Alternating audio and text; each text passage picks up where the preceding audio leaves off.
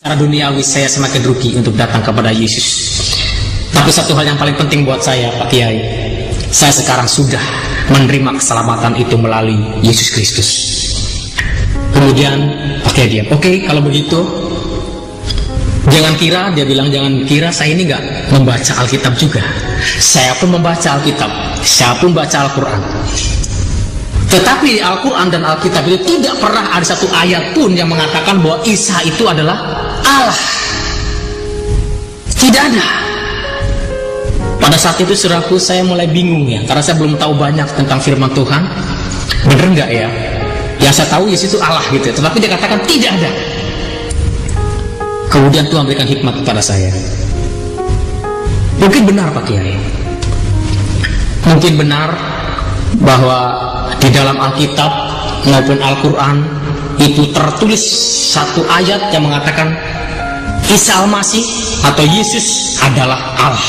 Tuhan memberikan akal budi kepada kita, Tuhan memberikan hikmat kepada kita supaya kita boleh belajar dan memahami akan siapakah Yesus Kristus itu, atau siapakah Isa Al-Masih itu. Kemudian saya mulai tunjukkan beberapa ayat yang saya sampaikan kepada mereka. Saya membacakan yang pertama surat yang ke-31, yaitu surat Luqman ayat yang ke-34. Di sana dikatakan indallaha indahu ilmus sa'ah, indallaha indahu ilmus sa'ah. Sesungguhnya Allah hanya pada sisinya sajalah pengetahuan tentang hari kiamat. Ayat ini mengatakan bahwa hanya Allah saja yang mengetahui tentang hari kiamat itu. Saya yakin Pak Kiai, teman-teman santri juga percaya hanya Allah saja yang mengetahui hari kiamat, bukan? Kemudian dikatakan iya pasti, karena benar, memang hanya Allah saja yang mengetahui saat atau kiamat itu terjadi. Tetapi Pak Kiai, tolong perhatikan baik-baik. Ada ayat lain yang mengatakan bahwa ada seseorang yang tahu tentang hari kiamat itu, yaitu yang diambil dari Az-Zukhruf. Surat yang 43 itu Az-Zukhruf, yang artinya perhiasan. Ayat yang ke-61 disana dikatakan wa innahu la'ilmu lis-sa'ati falatamtarunna biha wattabi'uni hadza siratal mustaqim. Saya dikatakan wa innahu, dan sesungguhnya Isa Al-Masih itu la'ilmu lis-sa'ah, dialah yang mengetahui tentang saat itu, tentang kiamat itu. Kalau saya boleh tarik bagaimana Pak Kiai pernah mengajarkan kepada saya, allama yu'allimu aliman. Bisa tulis wa innahu la ilmu lisa'ah. La ilmu artinya bukan saja dia mengetahui, tetapi memang dialah sumber pengetahuan itu. Dialah sumber pengetahuan itu. Tidak ada pengetahuan tanpa Isa Al-Masih. Tidak ada teknologi canggih tanpa Isa Al-Masih. Tidak ada suatu ilmu-ilmu yang canggih tanpa Isa Al-Masih. Karena Isa Al-Masih adalah sumber pengetahuan itu, sumber ilmu itu. La ilmu lisa'ah, yang mengetahui hari kiamat. Fala tamtarunna biha, maka oleh karena itu janganlah kamu ragu-ragu terhadap Isa Al-Masih.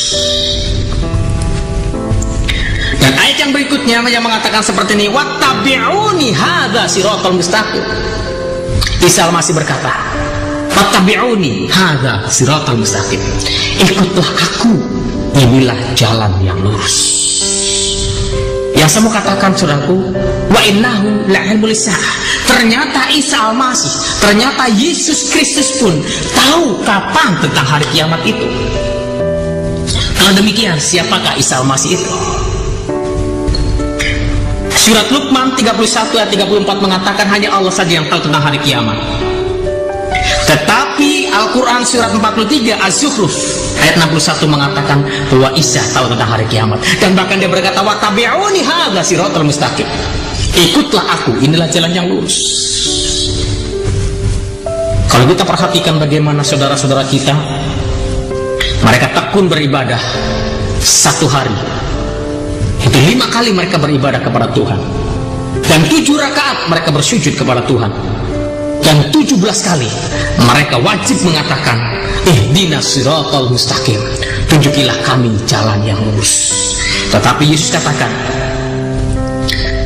wattabi'uni hadza siratal mustaqim, ikutlah aku, itulah jalan yang lurus. Ada ayat lain yang menunjukkan bahwa Yesus adalah jalan. Jadi dikatakan, qala lahu Isa al-Masih, ana huwa tariqul haq al-hayat, laisa ahadun ya'ti ilal ab illa bi. Jadi dikatakan seperti itu. Qala lahu, telah berkata lahu kepadamu siapa Isa al-Masih itu Isa al-Masih. Ana huwa tariq, aku adalah jalan. Al-haqqu, dan aku adalah kebenaran. Al-hayatu, dan aku adalah kehidupan. Laisa ahadun ya'ti ilal ab, tidak ada seorang pun yang datang kepada Bapa di surga illa bi, kalau tidak bersama-sama dengan aku. Itu diambil dari Yohanes pasal yang 14 ayat yang ke-6. Di ayat yang sebelumnya yang pertama bilang Yesus, jikalau aku pergi, di mana tempatku berada, dan aku pergi ke sana untuk menyediakan tempat bagimu, supaya di mana aku berada, kamu pun berada. Sekarang dia sedang menyediakan tempat bagi saya, bagi Pak Kiai, bagi teman-teman, supaya kita bisa tinggal bersama-sama dengan dia, karena dialah sebenarnya Allah sendiri. Kamu dianggap mengambil ayat dari mana? Dari Yohanes, Pak. Ini Injil yang sesungguhnya, ini Injil yang benar, yang mengatakan akulah jalan, kebenaran, dan hidup. Tidak ada seorang pun yang datang kepada Bapa, sampai kepada Bapa, kalau tidak melalui aku. Mengapa ada 3 kata yang berkaitan seperti itu? Kalau saudara bisa baca ayat yang sebelumnya, itu ada satu kalimat yang mengatakan, ada seorang murid Yesus mengatakan, Tuhan, tunjukilah kami jalan itu. Dia bertanya, tunjukkanlah ke jalan. Tetapi jawabnya ada 3. Yang pertama, akulah jalan, kebenaran, dan hidup. Satu pertanyaan, 3 jawaban. Mengapa? Karena tidak semua jalan akan mendatangkan kebenaran. Tetapi kalau Yesus, dialah jalan yang mendatangkan kebenaran. Dan kebenaran ini masih bingung. Oleh karena itu dia katakan, tidak ada kebenaran kalau tidak mendatangkan keselamatan hidup yang kekal. Jadi Yesus, pribadi Yesus, dia adalah jalan yang mendatangkan kebenaran, dan kebenaran ini akan mendatangkan keselamatan. Itulah Injil yang benar. Oleh karena itu saya menjadi percaya, dan saya mau, karena saya yakin dan percaya saat ini pun Isa al-Masih sedang membuat tempat untuk saya kelak. Kemudian Pak Kiai bilang sama saya, apa yang saudara katakan itu adalah tidak benar, karena saudara itu menafsir, tafsiran Anda itu tidak benar. Kemudian saya katakan, Pak Kiai, saya ini nggak menafsir. Pak Kiai dulu pernah mengajarkan kepada saya, penafsiran yang mendekati kebenaran adalah penafsiran bil ma'thur, yaitu menafsirkan ayat yang satu dengan ayat yang lain. Saya hanya memindahkan ke Pak Kiai. Yang satu sisi di surat Luqman ayat 34 mengatakan hanya Allah saja yang tahu tentang hari kiamat. Tetapi surat Az-Zukhruf ayat 61 dikatakan bahwa Yesus pun tahu tentang hari kiamat. Kalau demikian, siapakah Isa al-Masih itu? Kemudian saya tunjukkan ayat yang berikutnya. Kesaksian yang kedua itu diambil dari surat 95 surat At-Tin, itu buah tin ayat yang ke-8. Di sana dikatakan alaisallahu bi ahkamil hakimin. Alaisallahu bi ahkamil hakimin. Bukankah Allah hakim yang seadil-adilnya? Artinya hanya Allah saja yang akan menghakimi umat manusia seadil-adilnya. Karena kita tahu keadilan di dunia ini tidak pernah adil, karena keadilannya tidak mutlak, karena kebenarannya tidak mutlak. Tetapi kalau Allah yang mengadili setiap umat manusia, dia pasti adil. Jadi hanya Allah saja yang mengetahui tentang yang akan menjadi hakim yang seadil-adilnya. Makin percaya, dan saya yakin dan harus diimani, karena Al-Quran sendiri yang mengatakan bahwa Allah itu sebagai hakim yang seadil-adilnya. Tetapi ada satu ayat lain yang mengatakan ada hakim lain yang dicatat di dalam hadis Sahih Bukhari ayat 1090. Di sana dikatakan la yushikanna ayang zila fikum Isa ibnu Maryam hakaman adlan La yusikanna, sungguh-sungguh akan datang fikum kepada kamu sekalian, Isa bin Maryam, Isa putra Maryam, hakaman muksiton, menjadi hakim yang muksit. Nah, kalau demikian siapakah Isa Al-Masih ini? Katanya hanya Allah sebagai hakim. Ternyata Yesus pun, Isa Al-Masih pun menjadi hakim. Kalau demikian siapakah dia? Kalau tidak cukup Pak Kiai, ada ayat yang lain. Saya akan tunjukkan ayat yang ketiga. Sebenarnya ada beberapa ayat yang menunjukkan dan bisa membuktikan bahwa Yesus itu Allah. Dan kemudian ayat yang berikutnya dari surat Al-Ahqaf, surat yang ke-46, surat Al-Ahqaf, yaitu surat Bukit-Bukit Pasir, ayat yang ke-33.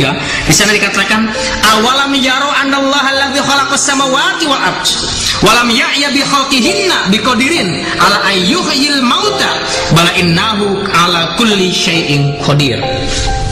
Di sana dikatakan, awalam yaro anallahu alladzi khalaqas samawati, dan apakah mereka tidak memperhatikan bahwa sesungguhnya Allah yang menciptakan langit dan bumi, dan dia tidak merasa payah karena menciptakannya, kuasa menghidupkan orang mati, ya bahkan sesungguhnya dia maha kuasa atas segala sesuatu. Jadi hanya Allah saja yang dapat menciptakan langit bumi beserta isinya. Bahkan ada ayat lain yang mengatakan walaupun mereka berpuasa, mereka berseru kepada Tuhan untuk menciptakan seekor lalat pun, mereka tidak akan bisa. Al-Quran berkata seperti seekor lalat pun mereka tidak akan bisa menciptakannya itu. Hanya Allah yang sanggup menciptakan. Dan bahkan di sana dikatakan bahwa hanya Allah saja yang bisa membangkitkan orang yang mati. Hanya Allah yang bisa membangkitkan orang yang mati. Karena dialah Khalik, pencipta langit bumi beserta isinya. Dan saya yakin Pak Kiai harus percaya, karena ini Al-Quran. Di dalam surat Az-Zukhruf, surat yang ke-46, yang artinya bukit-bukit pasir, ayat yang ke-33. Tetapi Al-Quran, ayat yang lain juga berkata, siapa lagi yang bisa menciptakan? Ada orang yang bisa menciptakan makhluk hidup, ada lagi orang yang bisa membangkitkan orang mati. Itu surat pribadi. Di dalam surat Ali Imran ayat ke-49, sana dikatakan, wa rasulan ila bani Israil anni qad ji'tukum bi ayati mir rabbikum anni akhluqu lakum minat tin ka hayatu tayran famfuhu fihi fayakunu tayran bi idznillah wa ubri akmahul abroso wa ukhil mauta bi idznillah. Di sana dikatakan, saudaraku, wa rasulan ila bani Israel, dan sebagai rasul kepada bani Israel, yaitu Yesus Kristus, yaitu Isa Al-Masih. Ini qad ji'tum bi ayatin min rabbikum, sesungguhnya aku telah datang kepadamu dengan membawa satu tanda, satu mujizat dari Tuhanmu. Inni akhluqu lakum minat tin, aku menciptakan untuk kamu minat tin dari tanah, kahayatu tayri, yang menyerupai burung. Jadi Yesus menciptakan, Yesus membuat dari tanah seekor burung-burungan begitu. Kemudian apa yang dia buat, saudaraku? Fangfuhu fihi fayakunu tayron. Fangfuhu, kemudian dia menghembuskan nafas kepada burung ini, maka apa yang terjadi? Fayakunu tayron, maka jadilah burung beneran. Sama seperti dalam surat Yasin mengatakan kun fayakun, jadi maka jadilah. Dan sama seperti pada saat fangfuhu fihi, pada saat dia menembuskan nafasnya ke dalam burung-burung itu, dan burung itu menjadi burung beneran. Tidak cukup sampai di sana, sudah wa ubriul akmahul abroso, dan kemudian aku meniupkan, maka ia menjadi seekor burung dengan seizin Allah. Dan aku menyembuhkan orang yang buta sejak lahir dan orang yang berpenyakit sopak, dan aku menghidupkan orang mati dengan seizin Allah. Saudara yang kasih, kalau saudara perhatikan baik-baik bagaimana hanya Allah saja yang dapat menciptakan makhluk hidup. Hanya Allah saja yang bisa membangkitkan orang yang mati. Tetapi ayat atau surat Al-Imran surat yang ke-39 dikatakan bahwa Yesus pun dia dapat menciptakan seekor burung dari tanah dengan seizin Allah. Dia dapat membangkitkan orang yang mati. Dia dapat mencelikkan mata yang buta dengan seizin Allah. Dari ayat ini mengandung trinitas di dalam itu. Mengapa saya katakan? Yang pertama, Yesus menciptakan bentuk burung. Ada karya penciptaan dalam bentuk burung. Dan kemudian yang kedua, ada roh yang harus dihembuskan, ada roh yang dihembuskan. Kemudian seizin Allah, maka dia menjadi burung yang hidup. Sama seperti Alkitab yang mengatakan, apakah kamu tidak percaya bahwa Bapa dalam aku dan aku di dalam Bapa? Apa yang aku katakan bukan dari diriku sendiri, tetapi dia yang telah mengutus aku, dialah yang melakukan pekerjaannya. Jadi apapun yang Yesus lakukan, apapun yang Yesus ucapkan, itu harus seizin Allah. Karena dialah firman Allah. Tidak mungkin firman itu keluar tanpa izin dari Allah sendiri yang memiliki firman itu. Tidak ada mengandung cerita di dalam itu. Jadi kalau demikian, siapakah Isa Al-Masih itu? Udah mereka mulai diam. Mereka mulai diam. Pak Kiai, jangan bingung. Ada satu berita sukacita yang saya akan mau sampaikan kepada Pak Kiai. Ada satu ayat yang sangat indah yang Pak Kiai harus dengar. Saya dikatakan, hakadha ahabullahul alam hatta badala ibnihil al-awhid fala yahlika kullu man yu'min bih bal takunu hayatan abadiyah. Ada satu ayat yang begitu indah, ada satu ayat yang begitu bagus. Mengapa? Hakadha ahabullahul alam, karena begitu besar ahabullah, kasih Allah al-alam akan dunia ini. Fala yahlika kullu man yu'min bih, fala yahlika kullu ma yumin bih hatta badala ibnihi, sehingga Allah mengaruniakan anaknya al-awhid yang tunggal. Ada maksud, ada tujuan Allah memberikan anaknya tunggal itu. Fala yahlika kullu man yumin bih, supaya setiap orang yang percaya kepada dia binasa, bal takunu hayatul abadiyah, melainkan beroleh hidup yang kekal. Jadi kalau Pak Kiai mau hidup yang kekal, Allah telah memberikan kasih kepada kita. Kalau Pak Kiai mau mendirikan hidup yang kekal, maka kita harus percaya kepada Isa Al-Masih. Oleh karena itu, saya boleh mengerti dan saya boleh percaya menjadi anak Yesus Kristus. Karena dengan demikian, tidak dengan kekuatan saya sendiri, saya boleh sampai ke surga. Mengapa pasti masuk surga? Mengapa begitu yakin? Mengapa Yesus berani katakan, hanya melalui aku masuk surga itu? Kan di bawah kolong langit tidak ada nama lain yang olehnya kita dapat diselamatkan, kecuali hanya ada di dalam nama Yesus Kristus. Mengapa seperti ini? Mengapa tidak ada nabi-nabi lain yang mengatakan kalau ikut aku masuk surga? Tidak ada. Dari Nabi Adam sampai Nabi akhir zaman, sampai Nabi Muhammad, tidak ada satu kata pun yang mengatakan kalau kau ikut aku pasti masuk surga. Hanya Yesus Kristus, hanya Isa Al-Masih yang bisa menjamin dan berani mengatakan, ikutlah aku. Akulah jalan yang lurus, akulah jalan kebenaran dan hidup. Mengapa? Ada jawabannya di dalam Alkitab. Saya katakan pada Pak Kiai, di dalam Yohanes pasal yang ketiga, Yohanes pasal yang ketiga ayat yang ke-13. Yohanes pasal yang ketiga ayat yang ke-13, demikianlah firman Tuhan, tidak ada seorang pun yang telah naik ke sorga selain daripada dia yang telah turun dari sorga, yaitu anak manusia. Mengapa Yesus dapat menjamin pasti masuk sorga? Karena dialah satu-satunya orang yang berasal dari sorga. Dialah satu-satunya pribadi yang berasal dari sorga, sehingga kalau kita mau ke sorga tidak pernah kesasar. Amin. Tidak pernah kesasar. Kenapa? Karena satu-satunya dia yang berasal dari surga. Nabi Muhammad jelas dari mana asal usulnya. Nabi Adam mungkin yang pertama kali yang Allah ciptakan, tapi Nabi Adam dia merusak dirinya dengan dosa-dosanya. Nabi Idris, Nabi Nuh, Nabi Hud, Nabi Soleh, Ibrahim, Ismail, Ishak, Yusuf, semua nabi-nabi, semua ada asal mulanya. Ada orangnya dan ada kuburannya. Tetapi Yesus, dia berasal dari surga, maka dia pun harus kembali ke surga. Tidak ada kuburan di sini. Di dunia ini tidak akan sanggup untuk mengubur Yesus, karena Yesus bukan tempatnya di dunia ini, tapi tempatnya di surga, yaitu di ars. Di ars. Jadi kalau kita mau masuk ars, kalau kita mau masuk surga, kita harus ikut masuk ke dalam jalan itu, yaitu Yesus Kristus yang mengatakan, akulah jalan, kebenaran, dan hidup. Setelah saya mengatakan seperti itu, apa yang terjadi, saudara? Apa yang terjadi? Kemudian Pak Kiai bilang seperti ini, ya sudah, kalau kamu sudah memberikan kesaksian kepada saya sekarang udah ngerti. Jadi kalau begitu ya biarlah kamu pulang, jadilah menjadi orang Kristen yang baik. Puji nama Tuhan, saudaraku. Memang janji Tuhan itu iya dan amin, saudaraku. Karena Tuhan berjanji dia tidak akan pernah mempermalukan hamba-hambanya setia. Dan saya yakin dan percaya, saudaraku, apabila firman Tuhan disampaikan, tidak ada kuasa apapun yang bisa menghambat, menghalang-halangi firman Tuhan disampaikan. Dan saya yakin dan percaya firman itu boleh bertumbuh. Dan firman Tuhan berkatakan bahwa firman yang keluar itu tidak akan kembali dengan sia-sia, melainkan dia akan bekerja, beroperasi, memberikan kesadaran kepada mereka, sehingga mereka boleh menerima kasih anugerah daripada Tuhan Yesus Kristus. Setelah itu selesai, saya mengucapkan assalamualaikum, dan saya diberikan izin menjadi orang Kristen oleh guru saya.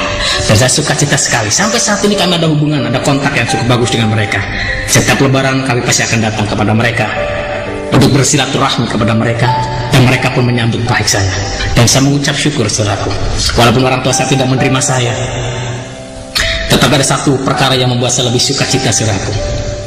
Bapak manusiawi, orang tua saya, ayah dan ibu saya tidak menerima saya sebagai anaknya. Tetapi ada Bapak yang kekal, Bapak di atas segala-galanya, Bapak yang paling mengetahui tentang hidup saya, Bapak yang telah menciptakan saya. Dia telah mengangkat dan menerima saya sebagai anaknya. Ada satu sukacita yang sungguh luar biasa, saudara. Dan sampai saat ini saya boleh berjalan dengan tegak, karena saya percaya Tuhan selalu melindungi saya. Dimanapun saya pergi, saya percaya Tuhan pasti memberkati saya. Terbukti, saudaraku, sebelum saya bertobat dulu saya ini cuma 48 kg. Kalau setelah saya bertobat sekarang, saudaraku, saya bisa lihat saya udah gede, sudah 60 kg, saudaraku. Jadi ada berkat yang melimpah. Amin. Ikut Yesus, pasti akan diberkati. Amin. Haleluya, saudara kasih. Apa yang terjadi setelah itu, saudaraku? Saya sungguh diberkati oleh Tuhan. Dulu saya membenci orang-orang si mata sipit, saudaraku. Dulu saya paling jijik melihat si mata sipit karena babinya. Tapi heran Tuhan ubahkan, saya boleh mengasihi mereka dengan sukacita. Saya boleh menyambut mereka dengan sukacita. Lebih heran lagi, saya sekarang paling suka makan babi, saudaraku. Dan ternyata enak babi itu, saudara kasih. Apalagi si mata sipit yang masih aku sedap. Sedap sekali, babi kecapnya itu sedap sekali. Apalagi di sate, wah enak, saudaraku. Enak, saudara.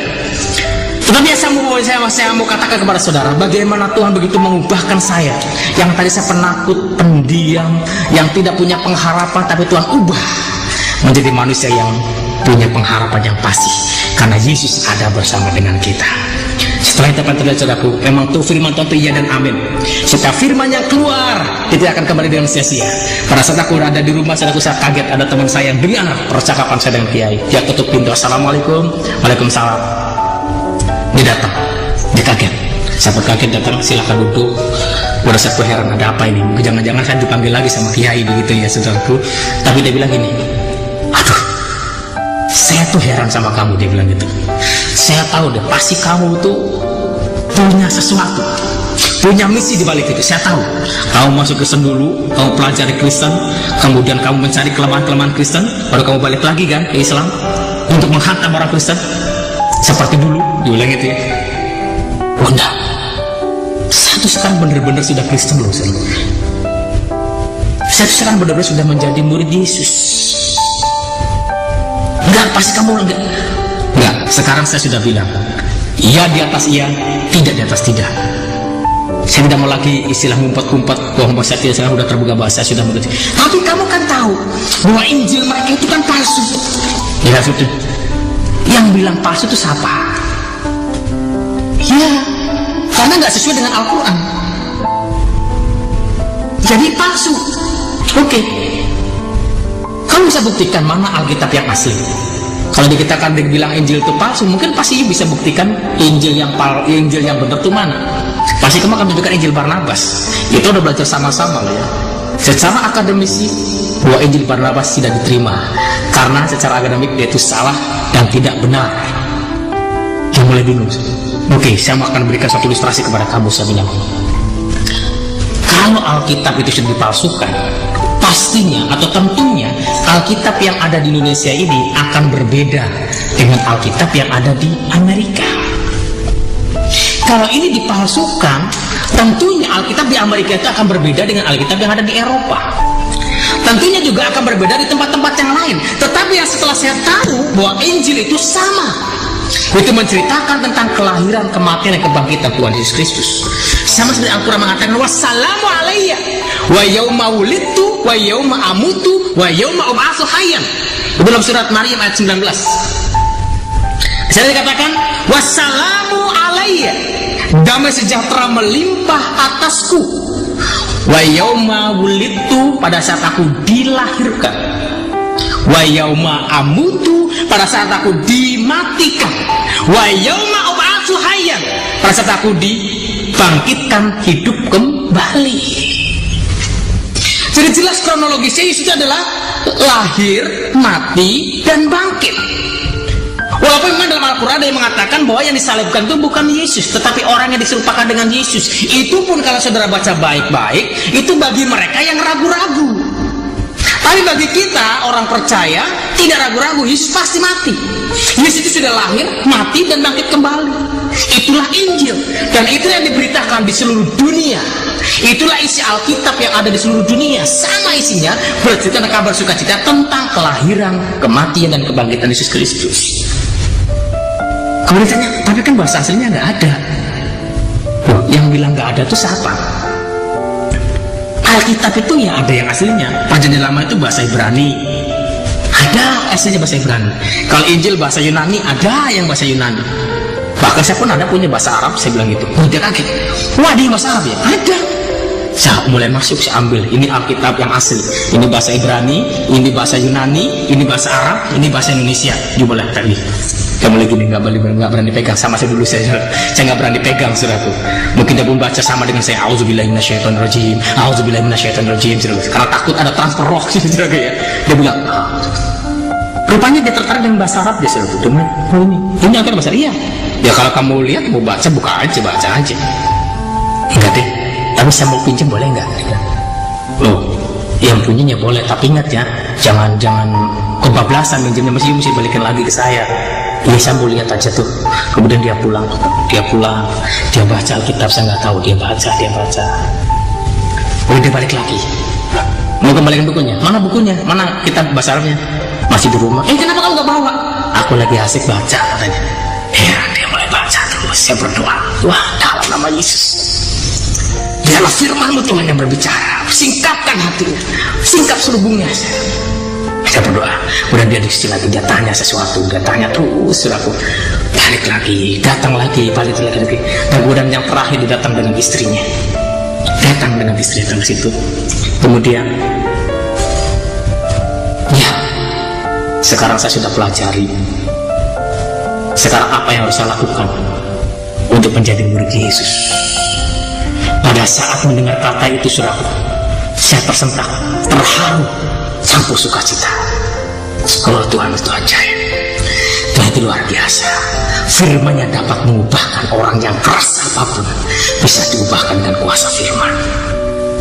Dan kemudian saya kasih, oke, firman Tuhan yang ada di dalam Roma pasal yang ke-10, saya katakan kepada dia, Roma pasal yang ke-10 ayat 9 disebut, itu yang harus kamu lakukan.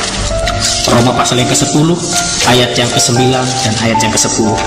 Demikianlah firman Tuhan, sebab jika kamu mengaku dengan mulutmu bahwa Yesus adalah Tuhan dan percaya dalam hatimu bahwa Allah telah membangkitkan Dia dari antara orang mati, maka kamu akan diselamatkan. Karena dengan hati orang percaya dan dibenarkan, dan dengan mulut orang mengaku dan diselamatkan. Inilah syahadatain orang Kristen. Orang Islam punya syahadatain, asyhadu alla ilaha illallah wa asyhadu anna Muhammadar Rasulullah. Tetapi Kristen punya syahadat sama dua. Yang pertama, sebab jika kamu mengaku dengan mulutmu bahwa Yesus adalah Tuhan. Jadi sekarang mulutmu masih mengaku, masih syahadat, masih ada pengakuan bahwa Yesus bukan sekedar nabi, Yesus bukan sekedar rasul, Yesus bukan sekedar guru, Yesus bukan sekedar yang lainnya, tapi Yesus adalah Tuhan. Dengan lisan kamu harus mengakui bahwa Yesus adalah Tuhan. Dengan hati, di kalbi kamu harus percaya bahwa Allah telah membangkitkan Dia dari antara orang mati. Ada jaminan di sana, maka kamu akan diselamatkan. Kemudian dia mulai gemetar, dia mulai menangis. Itu yang terjadi. Dan kemudian saya berdoa, saya bimbing dia berdoa. istrinya dengan istrinya berdoa. Mereka benar-benar mengaku dosa-dosanya, dan kemudian mereka mau menerima Yesus sebagai Tuhan dan Selamat pribadi mereka. Dan saudara boleh berdoa untuk dua hamba Tuhan ini. Sekarang dia sedang belajar tentang kebenaran firman Allah, dan saya yakin dan percaya Tuhan akan pakai mereka berdua di akhir zaman ini dengan dahsyatnya, akan dipenuhi dengan tanda-tanda dan karunia-karunia, sehingga nama Tuhan diagungkan, dipermuliakan melalui keluarga ini. Oleh karena itu, saudara yang kasih, apalagi yang harus kita buat? Jikalau pada saat ini saudara sedang melihat dan di program ini, saudara tersentuh, saudara diberikan pengertian oleh Tuhan siapakah Yesus itu, atau saudara tidak mengerti, tidak begitu menangkap dan tidak begitu jelas, maka saudara boleh bertanya kepada kami.